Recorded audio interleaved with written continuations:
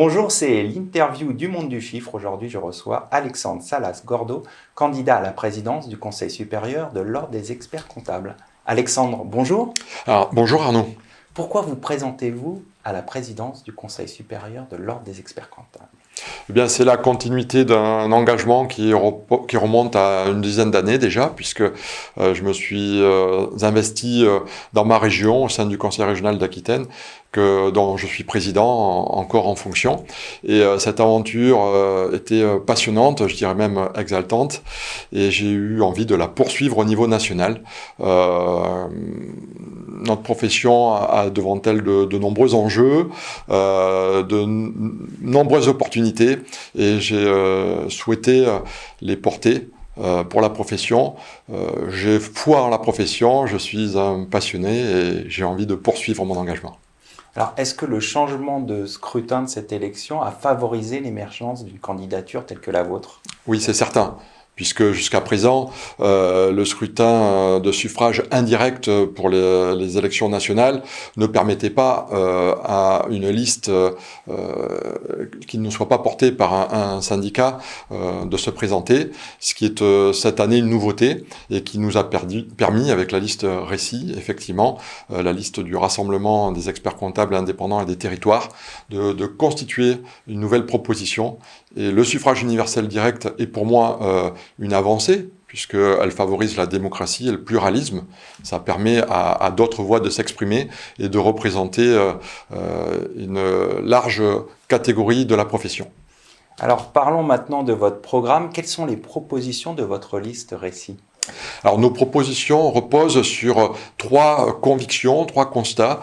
C'est que notre profession doit défendre et promouvoir son indépendance, qu'elle doit également poursuivre sa compétence et qu'elle doit favoriser sa performance. Autour de ces trois propositions, eh bien, de ces trois axes stratégiques, nous allons développer des propositions. Ce constat est venu de la situation que nous observons depuis un certain nombre d'années, que notre profession, je dirais comme l'ensemble de l'économie sociétale et économique, subit une complexité croissante, une pression au niveau d'une inflation des normes, normatifs, et d'une baisse de son influence. Il faut que la profession reprenne en main ces aspects-là, ce lobbying, cette influence, notamment auprès de ses interlocuteurs que sont les pouvoirs publics. Et c'est la raison pour laquelle nous mettons l'influence sur l'aspect numéro 1. Alors, comment être plus influent, justement? Alors, c'est une posture. Cette influence, c'est déjà prendre confiance en soi et l'affirmer. Le rôle de l'institution, c'est de défendre l'honneur et l'image de la profession. Et cette influence doit se faire par une présence accrue auprès des pouvoirs publics, auprès de nos interlocuteurs, dans les médias, de manière à défendre tous les aspects et tous les sujets qui concernent la profession. Mais au-delà de ces sujets, la profession qui dispose de grandes qualités, qui est indispensable dans tous ces domaines, subit un déficit d'influence et d'image. Et cette image, elle doit être promue par ses représentants qui doivent s'exposer plus et qui doivent avoir un partenariat plus précis avec ses interlocuteurs, dont sont les pouvoirs publics. Alors, vous avez indiqué justement qu'il y a un déficit d'image de la profession. Comment rendre la profession plus attractive? Pour la rendre attractive, justement, il faut développer cette image. Il faut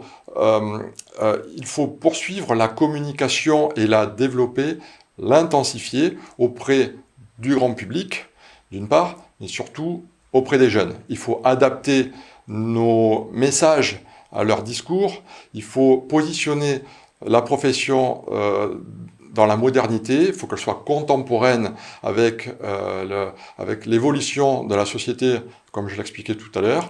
Et donc, il faut s'appuyer sur notre histoire, sur notre culture, mais assurément avoir un discours innovant et attractif, faire évoluer nos modes d'organisation également et leur proposer des parcours qui soient adaptés et qui soient en accord avec les besoins opérationnels de nos cabinets. Vous avez évoqué les jeunes. Quelles sont vos propositions pour les jeunes experts comptables? Nos propositions, c'est un rôle du CSO, c'est de préparer des outils qui permettent aux jeunes de s'installer plus facilement.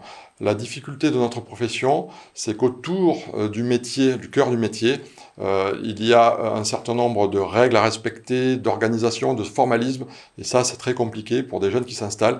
Et nous proposons que l'institution crée des outils, des supports, des modèles, ce qu'on peut appeler sous forme de pack installation par exemple, qui accompagnent les jeunes professionnels au début de leur carrière, car ce sont des moments qui sont décisifs et qui ne sont pas évidents.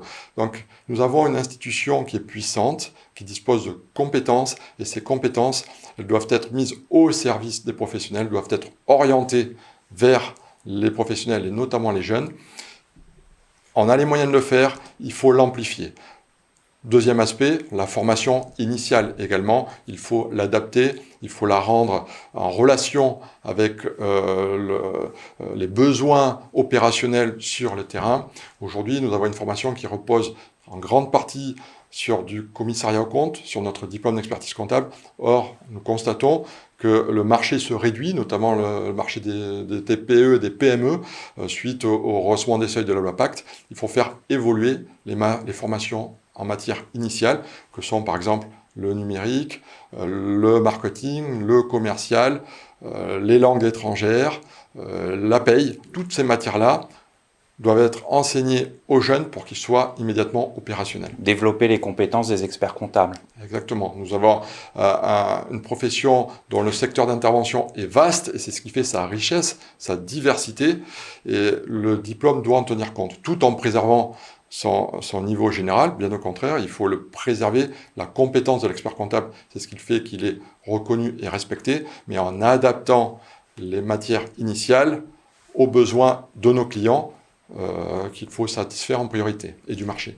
Alors, vous avez évoqué aussi le sujet du numérique. Comment les experts comptables doivent-ils appréhender le numérique, et notamment tout ce qui concerne la gestion des données?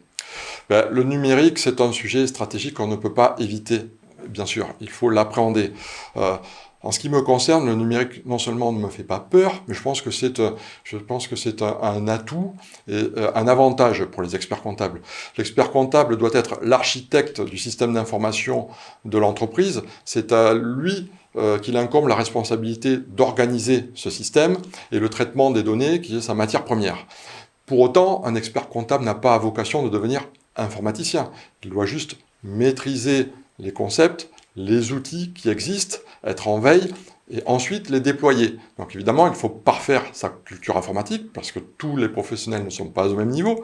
Là encore, la profession a un rôle d'accompagnement, notamment pour les cabinets les plus petits qui n'ont pas en interne de services informatiques ou de directeur DSI. Et donc la profession doit être là pour développer des parcours d'accompagnement. Nous proposons de créer une plateforme dédiée numérique du Conseil supérieur pour aider les professionnels à s'emparer de ces sujets et se mettre tout simplement au niveau. Donc l'informatique ne remplacera jamais l'expert comptable, c'est un outil, il y a eu le temps des machines à calculer, il y a ensuite eu les ordinateurs, puis Internet, aujourd'hui le numérique, l'intelligence artificielle, nous ne faisons que l'accompagner. Ensuite, ces données sur le plan collectif, ces data comme on dit, il faut les exploiter pour produire de l'information. C'est fait actuellement en partie avec Image PME. Il faut aller au-delà car ça valorise l'utilité de la profession sur le plan sociétal et vis-à-vis de nos interlocuteurs. Ça répond à notre besoin. Alors, on arrive au terme de cet entretien. Quelle est votre ambition pour la profession ? Mon ambition, c'est de la faire rayonner. Cette profession, elle est appréciée par ses clients qui en ont besoin, elle est utile, elle est indispensable. Il y a 3 services dans une entreprise. Il y a le commercial, la production et l'administratif et le financier. Aujourd'hui, avec la complexité des règlements, des textes, la profusion de textes, on le voit avec notre période sanitaire, les ordonnances qui déferlent, il y a encore plus besoin d'un professionnel pour décrypter toutes ces règles, pour ensuite pouvoir les transposer au service de nos clients. N'oublions pas que nous sommes au service de nos clients, mais ne nous enfermons pas dans ces règles. Il faut prendre du recul, avoir une vision pour nos clients, pour bien les accompagner. Et pour ce faire, comme en économie, il faut garder la confiance. Sans confiance, l'économie ne peut pas prospérer. Notre profession doit retrouver sa confiance en elle. Elle doit l'affirmer, elle doit être conquérante. Elle en a les compétences et les moyens. Alexandre Salas-Gordo, merci d'être passé sur notre plateau. Merci de m'avoir accueilli. Merci à toutes et à tous pour votre fidélité. Je vous retrouve prochainement pour un nouvel interview du Monde du Chiffre.